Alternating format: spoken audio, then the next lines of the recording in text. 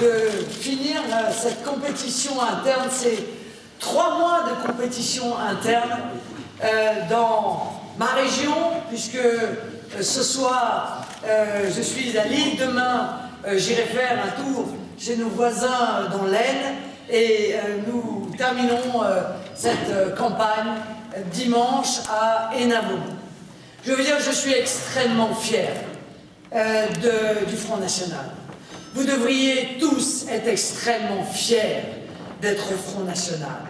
Nous avons, dans le cadre de cette compétition interne, donné une extraordinaire leçon de tenue à l'ensemble de la classe politique française.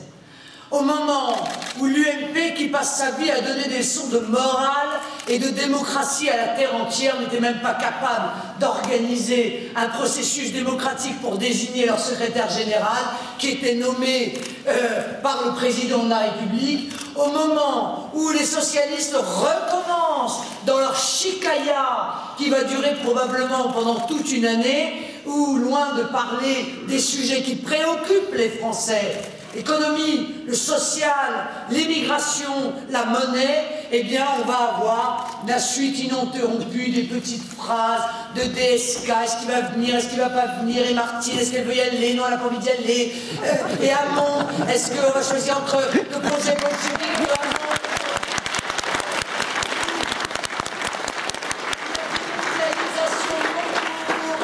ou l'ultralibéralisme des DSK.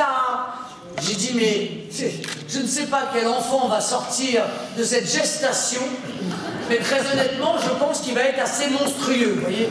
Genre corps de poule, queue de renard, pattes de mouche et tête de chien. Parce qu'il n'y en a pas un qui pense la même chose dans ce mouvement politique. Il n'y en a pas un qui est d'accord avec l'autre. Alors ils vont pondre leur monstre, et puis après ils vont choisir la nounou.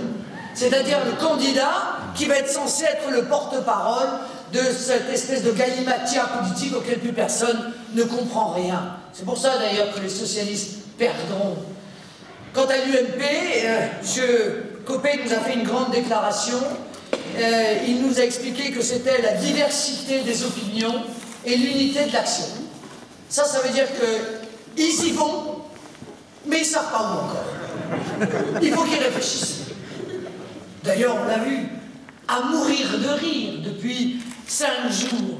C'est la panique totale dans les états-majors.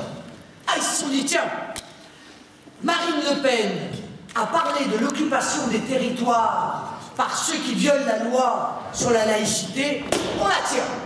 Et alors là, le message est donné par Sarkozy, le signal de la manip politique, le signal de l'halali, le signal de la lapidation de Marine Le Pen a été donné dans la classe politique. Et tous ont fait la même chose. UMP, PS, Vert, Modem, PC, tout le monde a utilisé les mêmes mots. Ça a aboyé, aboyé, aboyé, aboyé, aboyé. Et puis à un moment donné, il y en a un qui a dit, mais elle a peut-être raison. Sur le fond, c'est peut-être quand même scandaleux qu'il y ait des gens qui se permettent de violer la loi, alors qu'à d'autres, on applique la loi dans sa plus grande dureté et sa plus grande fermeté, mais certains auraient le droit, depuis des mois et même des années, de violer ostensiblement les lois de notre République française sans que ça fasse frémir quiconque, et moins encore les pouvoirs publics. Monsieur Hamon, qui m'a reproché avec les termes les plus vifs d'avoir parlé de l'occupation des territoires, est venu à la télévision en disant « Oui, c'est vrai, les prières de rue sont inacceptables, il faut libérer les territoires. » S'il faut les libérer, c'est donc bien qu'ils étaient occupés. Ah oui.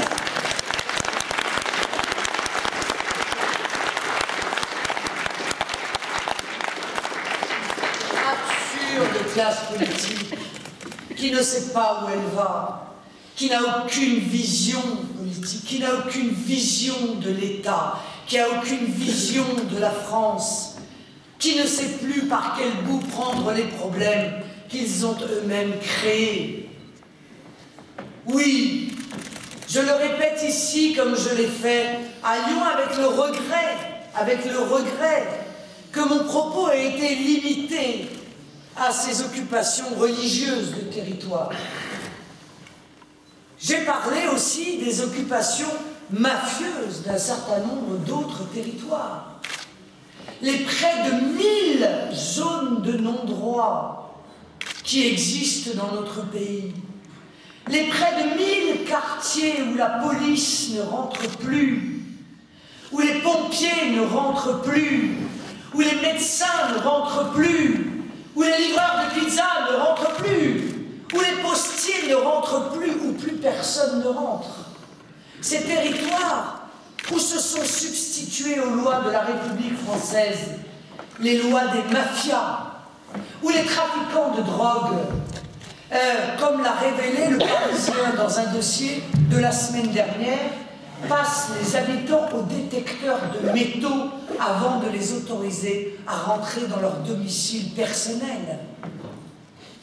Oui, il existe dans notre pays des territoires où nous ne pouvons qu'enregistrer la perte de la souveraineté nationale, soit parce que des lois religieuses se substituent aux lois de la République dans certains, soit parce que des lois mafieuses se substituent aux lois de la République dans d'autres, soit même où la perte de souveraineté nationale s'effectue sur des territoires immatériels, comme la finance, où les lois, l'État n'a plus aucune autorité et d'autres autorités se substituent à la sienne.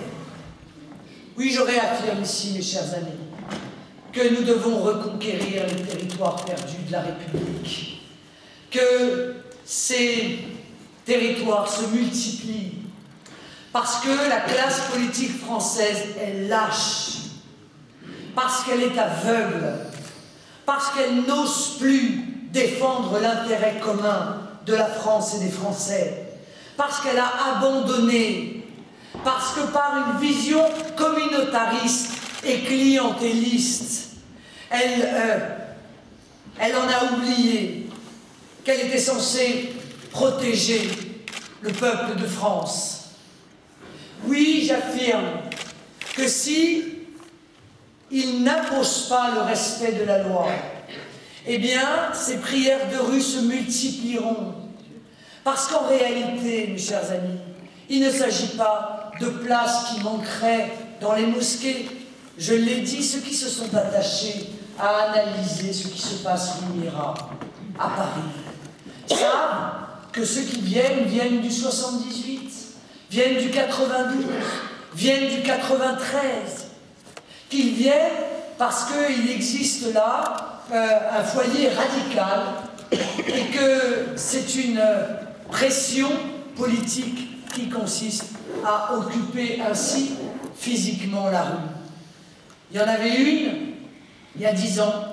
Aujourd'hui, à Marseille, à Toulouse, en Île-de-France, ces occupations de territoires illégales se multiplient.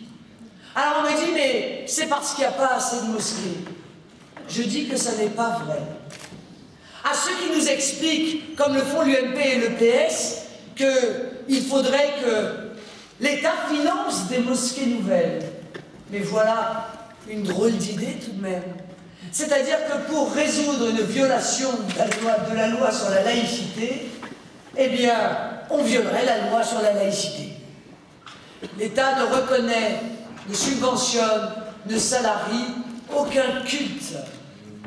Si des musulmans veulent avoir des mosquées, il y a des conditions. La première, c'est qu'ils se les payent. Parce que l'État et les finances publiques n'ont pas à financer des mosquées. La deuxième chose, c'est qu'on refuse le financement par des pays étrangers. Et notamment des pays étrangers qui ne respectent pas sur leur territoire la liberté religieuse.